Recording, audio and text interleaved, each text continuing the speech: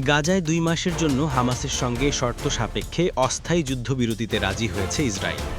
সামাজিক যোগাযোগ মাধ্যমে এই ঘোষণা দিয়ে মার্কিন প্রেসিডেন্ট বলেন, এ সময়ের মধ্যে স্থায়ী শান্তির লক্ষ্যে সর্বপক্ষের সঙ্গে কাজ করবে ওয়াশিংটন। তবে স্থায়ী যুদ্ধবিরতির নিশ্চয়তা ছাড়া কোনো চুক্তিতে রাজি নয় হামাস। এদিকে যুদ্ধবিরতি হলেও তা বাস্তবায়ন নিয়ে গতবারের মতোই সংশয় গাজাবাসী। ফারহিন ইসলাম টুপারের রিপোর্ট। মোনালিসা হেভি ফ্লো ১৫ পিস প্যাকেটের সাথে ৮ পিসের একটি প্যাকেট একদম ফ্রি। ফিলিস্তিনের অবরুদ্ধ গাজায় গেল ২০ মাস ধরে চলছে ইসরায়েলি বাহিনীর নৃশংসতা।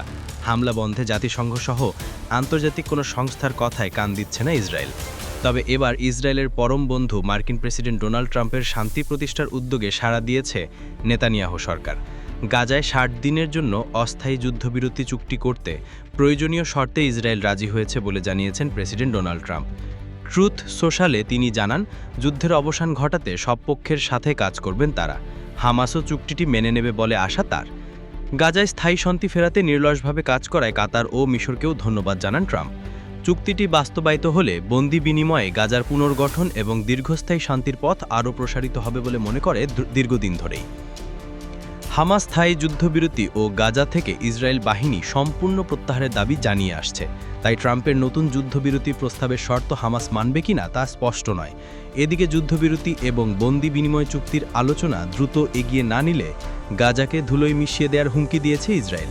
অন্যদিকে ওমান ও মিশরের আশা দ্রুত যুদ্ধবিরতি কার্যকর হবে।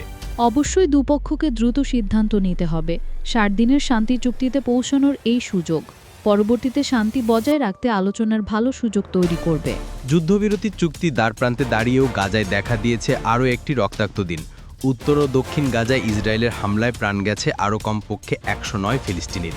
এর মধ্যে গাজা হিউম্যানিটেরিয়ান ফাউন্ডেশন পরিচালিত খাদ্য সহায়তা কেন্দ্রে গুলিতে মারা যান ১৬ জন। তবে যুদ্ধবিরতি চুক্তির কাছাকাছি পৌঁছানোর খবরে স্বস্তি নয়, বরং গভীর সংশয় কাজ করছে ফিলিস্তিনিদের মাঝে। এর আগে এক দফা যুদ্ধবিরতি হলেও তা ভেঙে গত মার্চ থেকে সামরিক অভিযান শুরু করে ইসরায়েল। যুদ্ধ শুরুর পর থেকে তারা আমাদের এ ধরনের প্রতিশ্রুতি দিয়ে আসছে যে মেয়েদের মুক্তি দিন, আমরা যুদ্ধ বন্ধ করব। এখানে ২ বছরের বেশি সময় ধরে যুদ্ধ চলছে, আমরা যুদ্ধবিরতির কথা শুনছি। যুদ্ধবিরতির চুক্তি সম্পন্ন হওয়ার পরও আমরা আবার যুদ্ধে ফিরে এসেছি। তাই আমরা কথা চাই না, পদক্ষেপ চাই। সবচেয়ে গুরুত্বপূর্ণ হলো যুদ্ধ শেষ হওয়া, দুর্ভিক্ষ বন্ধ হওয়া, রক্তপাত বন্ধ হওয়া।